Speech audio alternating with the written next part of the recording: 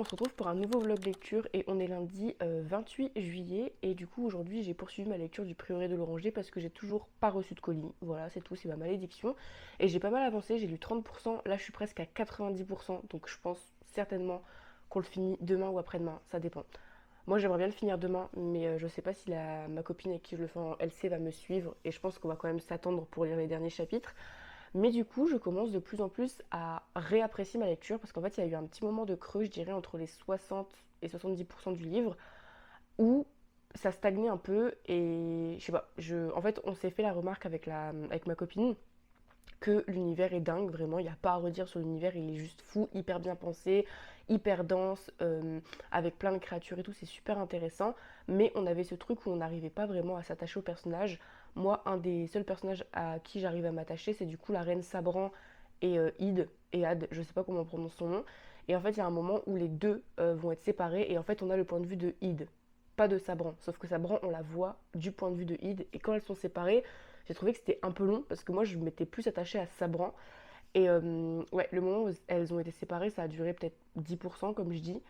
Et, euh, et du coup, ouais, j'étais assez passive sur ma lecture. Je ressentais pas d'émotion. En soi, je sais que le livre a du potentiel de fou, que l'univers est incroyable, que les intrigues sont bien trouvées, mais on trouvait qu'il manquait cette petite étincelle et surtout, j'étais pas impliquée dans ma lecture et dans les complots qu'il pouvait y avoir au niveau de la politique. En fait, tout ce qui arrivait, je l'avais prévu, donc j'étais pas surprise.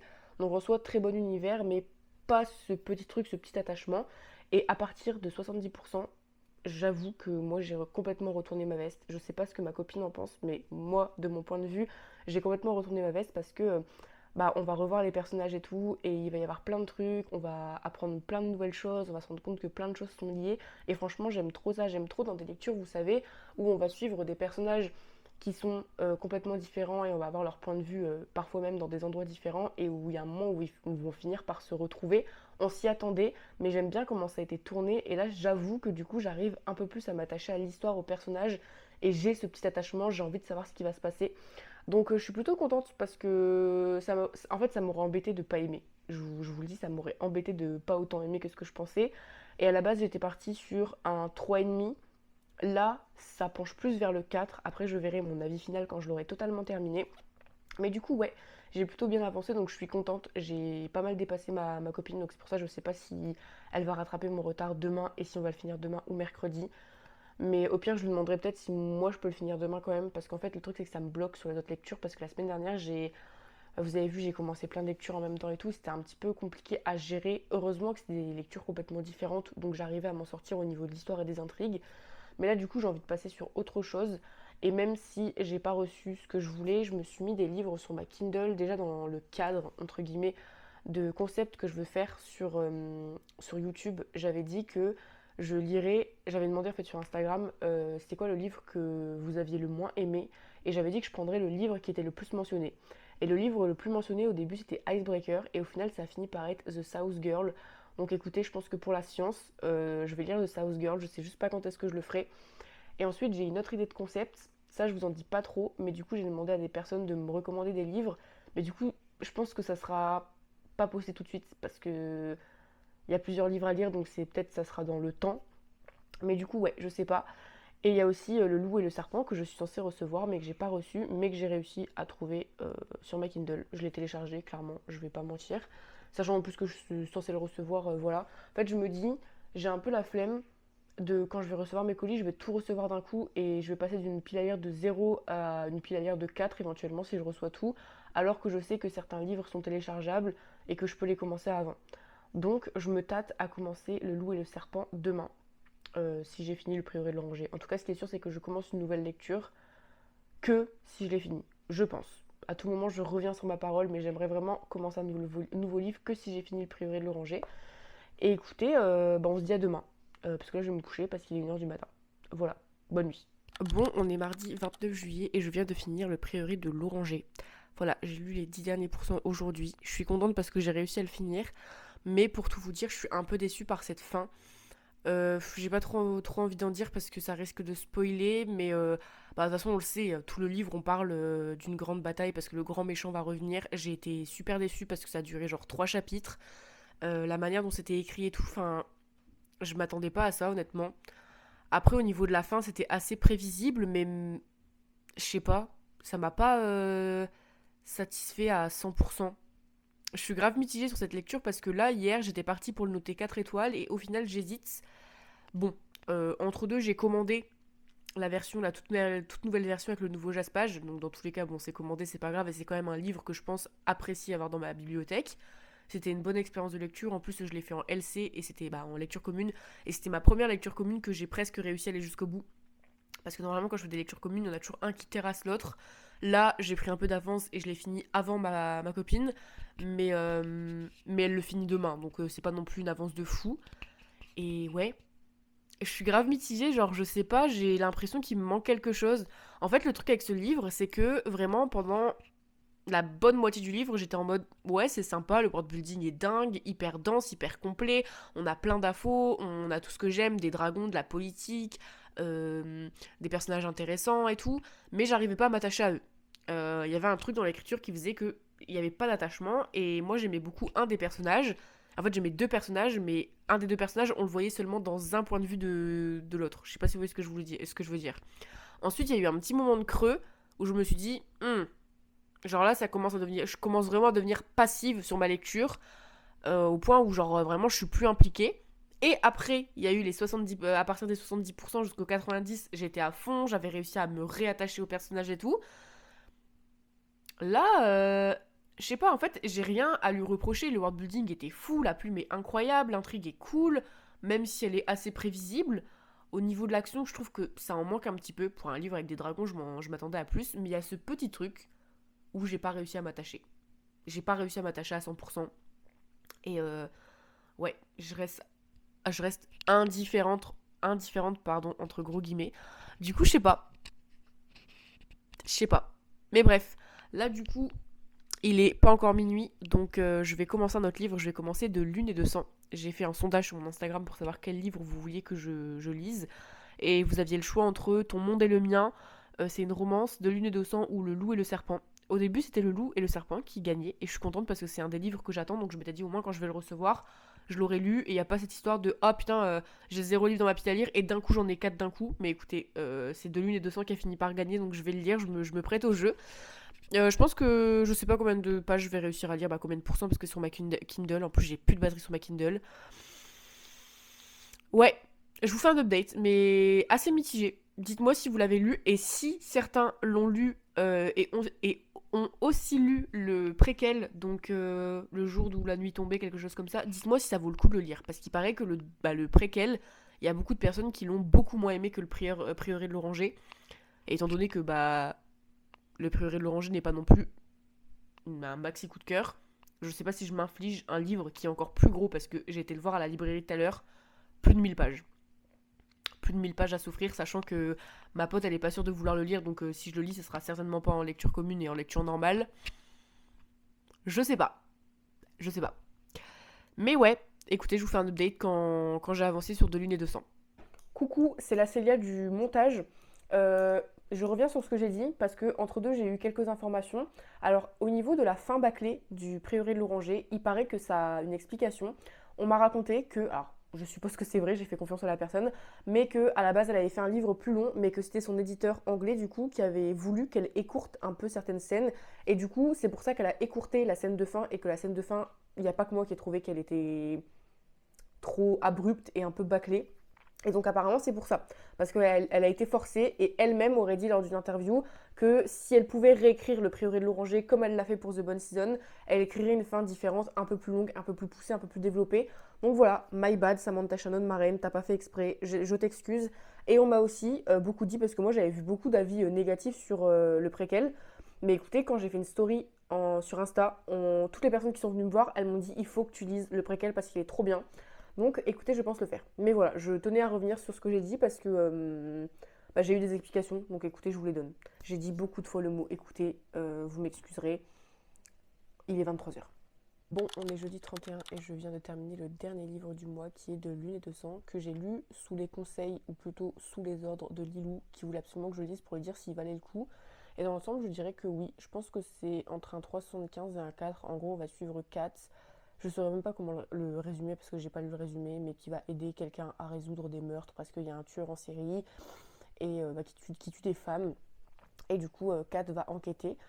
Au niveau de l'intrigue, j'ai bien aimé tout ce qui tournait autour de l'enquête, du coup, pour trouver le meurtrier, parce qu'on soupçonne un peu tout le monde et tout, mais il y avait une autre intrigue un peu plus secondaire, mais qui prend plus d'importance vers la fin de l'histoire, sur la magie, parce qu'il y a une histoire de magie entre la lune et le soleil, la lune, la magie de la lune dont Kat est dotée.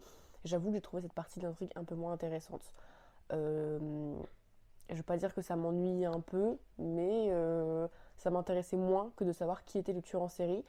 Mais dans l'ensemble, c'était quand même une bonne lecture, assez addictive. J'ai lu hyper rapidement, je l'ai lu en 2 jours. Et qu'est-ce que j'allais dire d'autre? J'ai bien aimé les personnages, j'ai bien aimé, il y a une petite romance, je trouvais qu'elle était sympathique.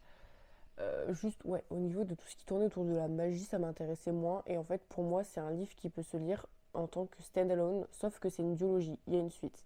Et je suis pas sûre que je lirai la suite parce que là, du coup, ce qui m'intéressait dans le résumé, c'était le fait de trouver l'identité du tueur. D'ailleurs, l'identité, euh, en vrai, je suis contente que ce soit cette personne-là, mais j'aurais peut-être préféré que ce soit une autre personne. Enfin, je sais pas comment expliquer, mais je trouve que le mobile, entre guillemets, du mec, c'était un peu nul. Et, euh, et du coup, voilà. Mais c'était sympa parce que on a plusieurs suspects et du coup, le lecteur doute vraiment de qui peut être le meurtrier. Et c'était quand même bien amené. Mais ouais, du coup, ça m'étonnerait que je lise le second tome parce que déjà, j'avais vu qu'il était moins bon, qu'il avait été moins apprécié que le premier. Et en plus, je pense que ça va plus tourner autour de la magie de Kat, du coup, parce qu'elle possède la magie de la lune. Et moi, c'est ce qui m'intéressait un peu moins dans l'histoire. En fait, c'est ce qui rend du coup le récit fantastique parce que sinon, c'est juste une meuf qui essaie de résoudre des meurtres. Mais ouais, je lirai pas la suite, mais pourtant, ce tome-là, tout seul, j'ai bien aimé. Je sais pas combien je le note, 3,75 ou 4. J'hésite encore. Mais en vrai, c'est quand même une bonne lecture, j'ai passé un bon moment, même si j'aurais préféré le lire en automne. J'avoue, parce que ça s'y prêtait plus avec cette histoire de meurtre et tout. Et du coup, plot twist, j'ai enfin reçu des livres. J'ai cru que ça n'arriverait jamais, mais écoutez, j'ai reçu des livres. J'ai reçu The Fallen Empire 3. Voilà, et j'ai également reçu Le Loup et le Serpent. Alors, j'ai toujours pas reçu Un ciel après, avant. Oula, le cadrage il est mauvais là. Un ciel après ou avant la tempête, je sais plus, le quatrième tome qui va conclure la tétralogie Une braise sous la cendre. Mais du coup, j'ai reçu Le Loup et le Serpent. Et je pense que c'est ce que je vais lire demain. Je suis pas sûre que demain je vais pouvoir lire. Samedi non plus. Donc je pense que je vais le lire soit samedi soir si j'arrive à lire samedi, soit dimanche. En soi, il est assez court, donc je pense que je peux le one-shot. Et je me dis, ça sert à rien que je me presse sur mes lectures parce que dans tous les cas, j'ai rien reçu d'autre. Donc ça veut dire que j'aurai plus que The Fallen Empire. Donc autant ne pas me dépêcher. Après, si j'arrive à lire les deux, si je commence samedi Le Loup et le Serpent, bah tant mieux. Mais du coup, voilà, écoutez, là je vais vous souhaiter une bonne nuit parce que je dis qu'on est le 31, mais on est plus le premier parce que il est 1h du matin, je crois. Mais ouais, je vais me coucher et on se retrouve, je pense, samedi. C'est sûr que demain, je vais pas filmer parce que demain, je suis pas chez moi. Donc normalement, samedi, sinon dimanche. Bon, on est dimanche 3 août et je commence une nouvelle lecture. Je vais commencer Le Loup et le Serpent. J'en entends tellement de bien. C'est une romantaisie avec un mariage arrangé et ça me fait un peu penser au Pont des Tempêtes. Parce qu'en gros, le père de la protagoniste, c'est un empereur qui a fait d'elle une arme redoutable, mais il va mourir et du coup, c'est son frère Dominique qui va reprendre le trône et qui va la marier de force avec quelqu'un. Et pour l'instant, j'ai pas beaucoup lu. J'ai lu un petit peu cet après-midi. Je dirais que j'ai lu genre 70 pages et le protagoniste masculin, il avait l'air trop smash, mais j'ai dû m'arrêter parce que j'ai eu quelques trucs qui n'étaient pas prévus. Je pensais pouvoir passer la journée slash la soirée à lire. Au final, ma voiture a eu un problème, donc j'ai dû aller chez mes grands-parents, je vous raconte ma vie. Et j'ai pas du tout lu. Là, il est 23h là. Donc j'espère pouvoir le finir, mais dans tous les cas, si je le finis pas ce soir, comme demain je suis en congé, merci. Euh, Comme demain je suis en congé, j'essaierai de le lire genre demain matin pour le finir et pouvoir quand même poster le vlog à 17h demain. Et dans tous les cas, j'ai pas envie de finir un vlog sur un livre que je viens d'à peine entamer, sachant que du coup cette semaine j'ai pas beaucoup lu en vrai, hein. J'ai fini les 10% du Prieuré de l'Oranger qui me restait et j'ai lu De Lune et de Sang. Mais là depuis jeudi j'ai pas lu parce que j'ai fini De Lune et de Sang, j'ai tout fait pour le finir le 31 parce que je voulais qu'il soit dans mon bilan du mois. Mais voilà. Et d'ailleurs, normalement un bilan du mois va bientôt sortir, mais j'attendais que cette vidéo soit sortie. Bref, vous avez compris. Je vous reprends soit après, soit demain. Après, même si je vous reprends demain, peut-être que je l'aurai fini aujourd'hui, mais je sais pas si quand je vais le finir, Sachant quoi, là, il est 23h, il me reste 3-4 heures de lecture. Je sais pas si je serai en état de faire un update, mais on se retrouve après et je vous dis ce que j'en ai pensé. On est lundi 4 août et je viens de terminer Le Loup et le Serpent de Rebecca Robinson. Et dans l'ensemble, ça a été une plutôt bonne lecture. Pour ma note, j'hésite entre un 3,75 et un 4.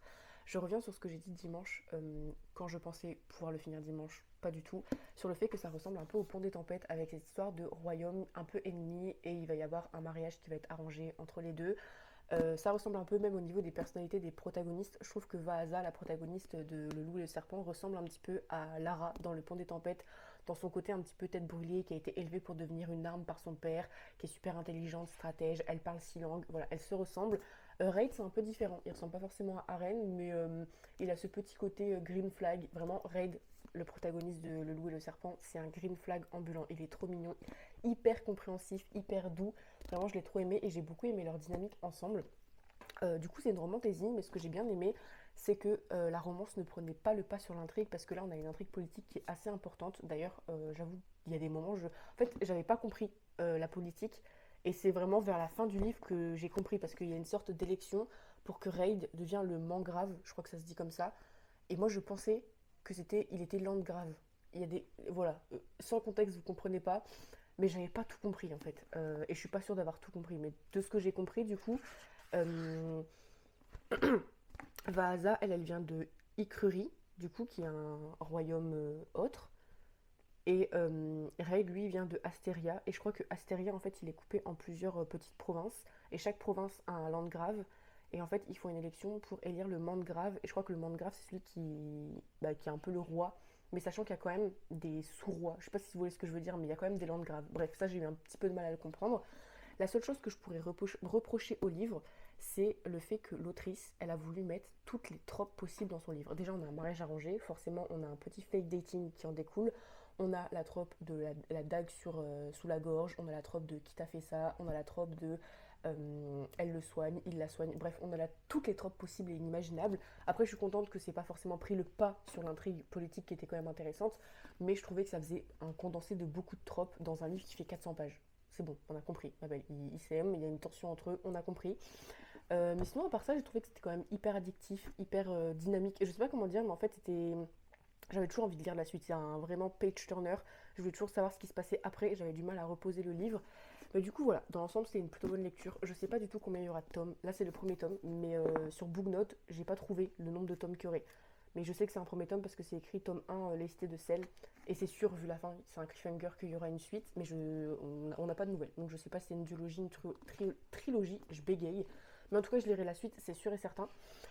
Et écoutez, c'est ici que je vais achever mon vlog lecture. Mais avant ça, alors, je sais pas comment ça va se passer la semaine prochaine parce que je pars en vacances, donc je sais pas si j'arriverai à poster. Mais je pense que je vais faire un peu différemment. Bon, pas différemment, mais je vais revenir à comment je faisais sur les anciens vlogs. Je vais essayer de vous faire des updates pendant ma lecture, en fait, pour que vous voyez mon ressenti tout au long de ma lecture et pas seulement à la fin. Parce que là, j'ai remarqué que ça fait plusieurs semaines où je vous prends avant de commencer un livre et après. Donc en fait, vous n'avez pas le milieu, les émotions que je ressens. Et je trouve que c'est dommage, c'est le but d'un vlog lecture. Donc sur les prochains vlogs, je vais essayer de faire attention et de me filmer à plusieurs étapes du livre pour qu'on ait mon ressenti. Mais ouais, comme je pars en vacances, je sais pas du tout quel rythme je vais réussir à avoir pendant ces vacances, parce que le montage sur TikTok et tout, c'est plus simple. Je sais même pas si TikTok est autorisé. Je pars en Égypte, donc je pense que oui. Mais à l'époque, quand je suis partie en juin en Albanie, on m'a dit ouais, il n'y a pas TikTok. Donc j'ai prévu aucun TikTok et au final, il y avait TikTok. Donc j'ai dû un peu improviser. Bref, ça, vous vous en foutez. Mais du coup, ça va être la fin de ce vlog. Moi, je vais commencer du coup demain mon dernier livre de ma pile à lire qui est The Fallen Empire 3. Après ça, j'ai plus rien. Mais je pense que je vais faire des petits achats parce que j'ai une idée de concept en tête. Je vais faire ce concept sur TikTok, peut-être sur YouTube. Je sais pas si c'est redondant ou pas si je le fais sur les deux. Mais écoutez, je vous dis à la semaine prochaine. Bisous. What do you have in store? One life away we can't explore, but I don't wanna get in the way.